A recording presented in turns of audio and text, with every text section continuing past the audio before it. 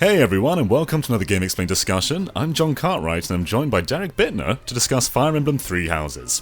Now, we've had this game for around a week now, and Derek, you've been a very, very busy boy with this game. And just to start off with, what house did you choose, and was it with Edelgard? It was with Edelgard. I did end up choosing the Black Eagle house, and it actually is a pretty difficult decision because they do give you the time to talk with each of the houses, meet each of the different characters that will be part of that house, and you even see their skills. So if you want to go completely skill-based, it's like, oh, I like the way they work, or I like the way, the personality of these guys, they really do accommodate for that, so you can do your best of choosing the house that you think best fits your taste or personality or whatever you want to go with as far as Fire Emblem is concerned. And I found Edelgard to be the best mix of the two. Like I liked the personalities of Claude's house, but I liked the abilities of Dimitri's house. And Edelgard had a nice mix between the two. And I've ended up really liking her house, especially as you learn more about each of the students. And from what I gather, it's not just about the different houses. This is a drastically different Fire Emblem game to what's come before. So, how have they changed up the formula for this one, and how drastically is it changed up? This seems like it really feels like Fire Emblem Echoes was kind of a testing ground for them to go to that idea and then just take three houses and expand upon it, while also integrating some ideas from having the three different choices from Fire Emblem Fates, and it really does seem like this interesting amalgamation because it feels very different, especially with you having the base essentially with the school of Garreg Mach Monastery. And the way each chapter kind of progresses is that you have this calendar and you have instruction dates which are on Monday, and then you have you can have free time on I think Sunday, and you can explore and do other things. So what I've kind of taken to doing is that on Sunday I will explore the monastery, talk to all the characters. There's a bunch of extra things you can do, like you can go fishing, you can garden, you can have meals with students, you can cook meals for students that will raise their stats temporarily for that month. So if you want them to have more defense, you can cook a meal that'll do that. You can listen to their problems and try to solve them so you can increase their support. You can do side quests, which raises your renown that you can then spend at these special statues that will give you bonuses when it comes to teaching them. There's all these little things that come together and expand as you go through the school year and open things up. There's even lost items that you can find that that you can give to people and raise their support level with you, and just so much stuff. And that's just the exploration part.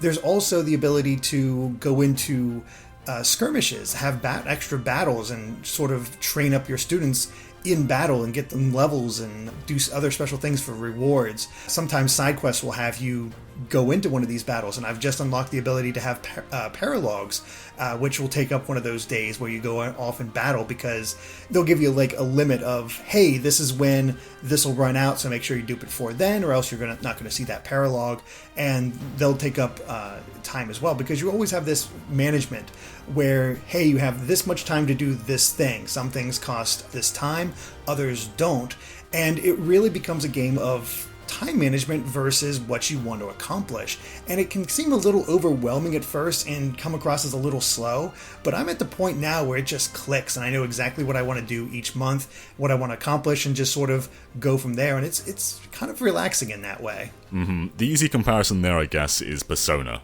Just sort of managing your time and then sort of balancing your school life with actual combat. But one thing you said to me is when you first started the game was it felt a bit slow, and that's not a criticism, because I guess it's just a different pace to past Fire Emblem games. But it took you a long time to actually get into a battle. How much downtime do you think there is between battles going through the course of the story? Early on, it's definitely stretched out. You get into a battle pretty quickly when you first start out, but that's really it until you get to the school, and then all of a sudden you're spending all this time learning about the ins and outs of the schools, what you can do there, and you can do a skirmish soon after that, but it does feel like it takes a long time to get to those initial battles. But once I got through that part, I have 3 or 4 battles per chapter based on what I really want to do, and it is a kind of a slow start, but once you get beyond that, it opens up and feels good. And we've talked about the combat a little bit, but we should probably actually talk about the combat itself, because the weapon triangle isn't present in this game. So how exactly does combat work in Three Houses? I mean, it's still your basic Fire Emblem, where you choose your units, you build up support by teaming up with one another, but there are some big changes to how that basic system works. And as you said, the weapon triangle is gone, and there's a much bigger reliance on abilities and gambits and other special moves that your characters can do. So with each weapon, a character can sort of break it quicker, is essentially the better way to do it, is use up those points in order to do stronger attacks, but rather than just using it once and wearing it down that way, it'll take up 3 or 5, but it will allow you to get maybe that kill that you need in order to keep your character safe. Gambits are how you use battalions, and you can build those up and hire different battalions that'll either heal people or use magic, or will just charge and can have other units be pushed back one or ensure that they can't move. And there's a lot of different options, and while it can seem a little simple at first, especially without the weapon triangle, the more I get into it, the more I'm intrigued by the different changes, and they actually do have a way of having the weapon triangle in there. It's like I've gotten to a certain point with certain characters where I got their lance skill up to a certain level where they can do extra damage to sword users, for example, or axe users against lance users. So it's still kind of there, but it's not omnipresent like it was in past games. Honestly, the biggest change that I've seen so far is how magic is handled, in that you don't have to buy tomes and they don't wear down like before. Instead, you level up your magic and you get new magic as it gets leveled up. And you might start out with only 5 heal spells with your cleric or your healing unit, and you can only use those 5 spells throughout the early missions. So I actually had to make pretty good use of vulneraries in order to keep everybody healed up. But as they got better at their faith skill, they learned new magic, so they started getting physic, and all of a sudden heal had 10 uses rather than just 5. And as you level it up and get new spells, the old spells get more uses, and it's a nice balance, and they get refilled each match. And magic feels like it's the most fun it's ever been. I use it a lot more now, and I feel a lot more confident using it. I don't have to worry about staffing everything, and you really can make every character however you want them. You can focus on, like, they have a focus when you first start, but if you want to change them to something completely different, you can. And this is by far the most customizable Fire Emblem you'll ever see. Wow. I think one thing a lot of people want to know is we've kind of been stuck on the 3DS with Fire Emblem for a long time now. What's it like being back on a console? Because it seems like the scale is just taken to 11. Like, there's more units on field, you're in this giant explorable area. So yeah, what's it like just sort of being back, not only in HD, but just being back on a console again? It feels good, honestly. You can definitely tell they've expanded a lot of things. The character models look really good. The different areas that you fight in look pretty well. Like, it's definitely upped over what we saw in the 3DS, obviously. That said, there's still a few issues. Like, I see some pixelated portions of certain parts of the map, or things not quite matching up. Like, you can sort of see where the rough edges are in certain places. And sometimes when you're exploring the monastery, I will encounter some slowdown where it feels like I'm moving a bit more sluggishly than I should. So it's definitely struggling to keep up with everything going on. Now, granted, the monastery is quite huge. Maybe it's rendering it all out at the same time, and that's what's causing the issues. I'm not sure. It's not a huge deal. Fire Emblem Path of Radiance is not a very good-looking game, even at the time. But the gameplay is definitely good, and you get some good stuff out of the characters, I think. I think Fire Emblem is either a game that you just sort of love or don't, because the combat is just what it hinges on. But with this one, there's a lot more stuff going on, with the exploration, with the extra activities, with, of course, the story as well. Do you think this is a game that more people are gonna end up liking, just over past Fire Emblems? I think this is a good entryway Fire Emblem from what I've played so far. I can't say it for complete sure because I don't know how it's going to go beyond that, but it seems to target the things that people like. There's a lot of choices. The combat is different but still in depth. And the characters, there's a much bigger emphasis on characters this time, because when you choose a class, those are your characters. You have those 8 students with you, and those are your units. And because of that, they get a lot more time to develop and actually take part in the story, which has been a weakness in past Fire Emblems where you recruit this unit and then you don't really see them unless you do supports.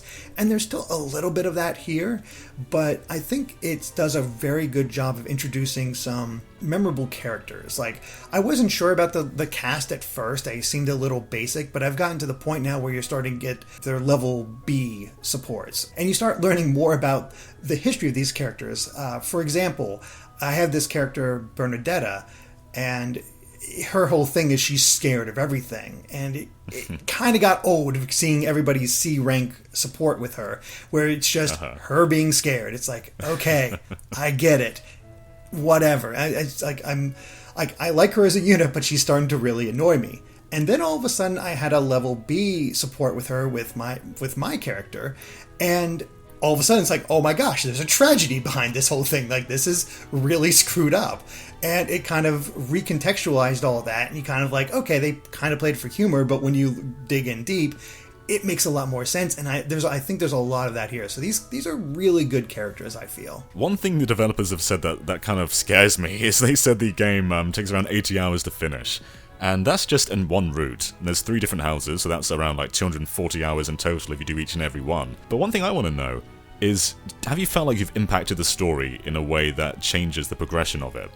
And if so, I guess that means the game could provide even more hours if you're just going through different routes in different houses and making different impacts. I don't think you can impact how the story changes within a house itself. Like, I don't think you're going to be splitting that much. I think you're still going to be going along the same basic path. You might learn more about each of the students from a different house and all that, but I think like the basic story for each house is the same. And for all I know, the actual missions that you take part in are basically the same. It's just how the students react to them that's going to be different, at least as far as I know right now. I am hoping to finish one story and then start another to try to get an idea of how different it is, because I'm still in the school section. I have not gotten beyond that first school year, and there is a nice aspect to it that I didn't take advantage of the first time, but I did the second, where something was going on with the chapter mission, so the thing that would finish off the month that you're always sort of building towards.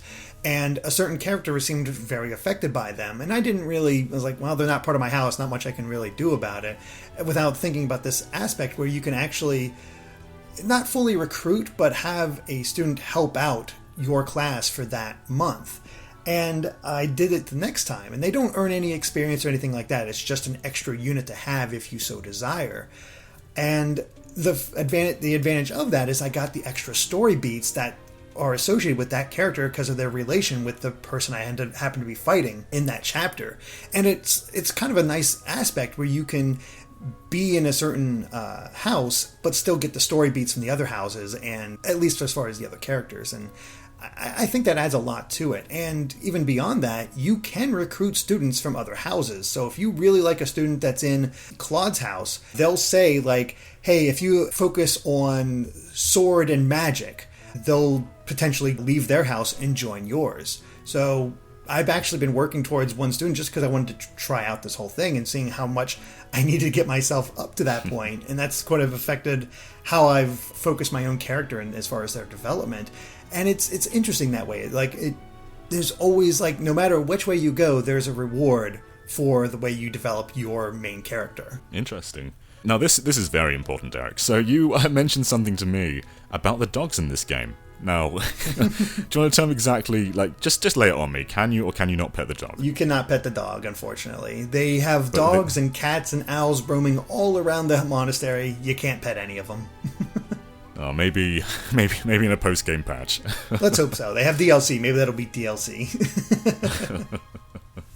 But outside of just doing the main story, is there anything around the monastery that really appeals to you? Like any side activities that you've found fun? I don't think there's any side activities that are really super engaging. Like, you have the gardening, which all you have to do is like all right, choose these things to plant. You can spend some extra money to cultivate them so you have a bigger thing. And then next time you show up, you can harvest them and redo it. It's not exactly super engaging, but it is helpful. There's also the fishing, which is basically just a timing minigame. You don't even get to see the fish or anything like that. You just choose bait, have a timing minigame, and you get a fish. It's not like anything super crazy or super involved, because this is still Fire Emblem. The focus very much is on the tactics, and the side activities are just sort of there to give you bonuses or change things up. Although, one of the big things with exploring the school and hanging out with your students is that you actually have a professor level. And the higher it gets, the more abilities you have. Like, you'll be able to forge better equipment at the blacksmith, or you'll be able to have more time to do things each day, so you can actually train with other faculty members, so you can increase your levels with lances or swords or what have you, wherever you want to take your characters' specialities too. And one of the more recent ones that I did is adjutants, where if you have more than the 10 that you're allowed to in most battles, as far as characters. So I have 11 characters, but there's only 10 slots available.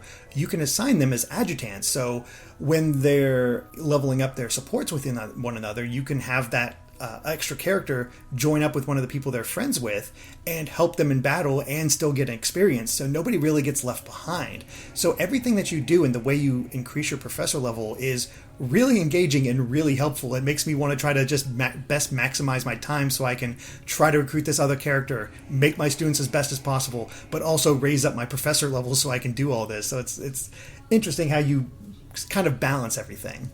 I think we've kind of glossed over this a little bit, but there is a time skip in this game, and obviously you've not made it to that point yet.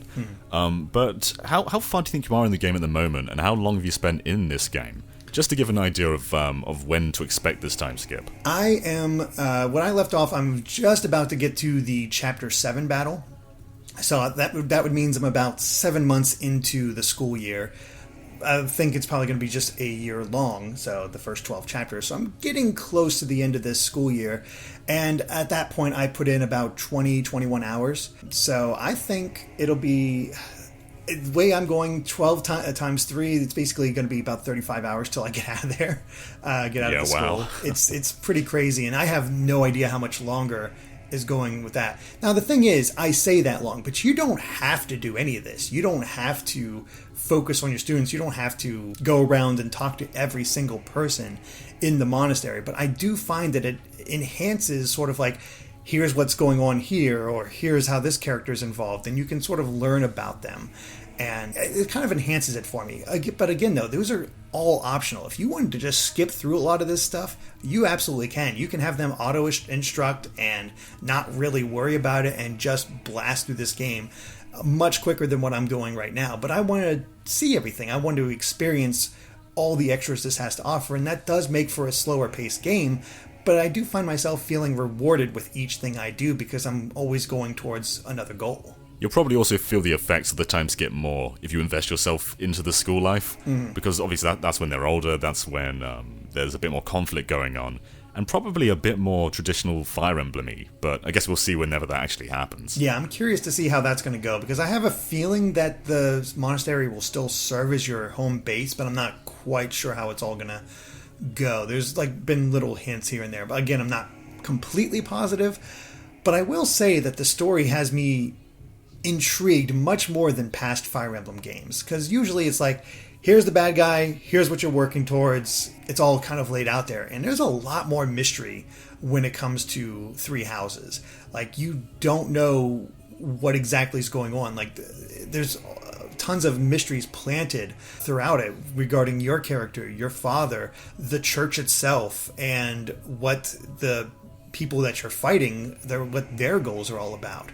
And I don't know how it's all going to come together, but it is enough to intrigue me. It's like, I want to see what happens next. And I like that aspect of it. And what's the tone like as well? Because you said to me at one point that it gets a bit, not gory, but it almost implied gore at one moment. Well, yeah, the very beginning, which I'm going to have the video showing off the opening cutscene as well, but there's a fight between two characters in the opening cutscene during this huge battle.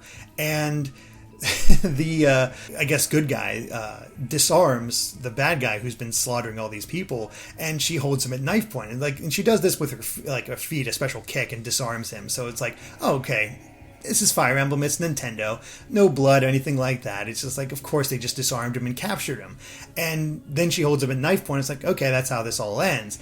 But then she starts going crazy, like not crazy, but like wants to get revenge on this guy and just starts stabbing him over and over again. It's not shown, but it's definitely implied with the hand motions, and then it pans up from a long distance shot from above, and you just see this huge pool of blood, and I'm like, holy crap, Nintendo. So is this one of the more darker Fire Emblems then? Not yet.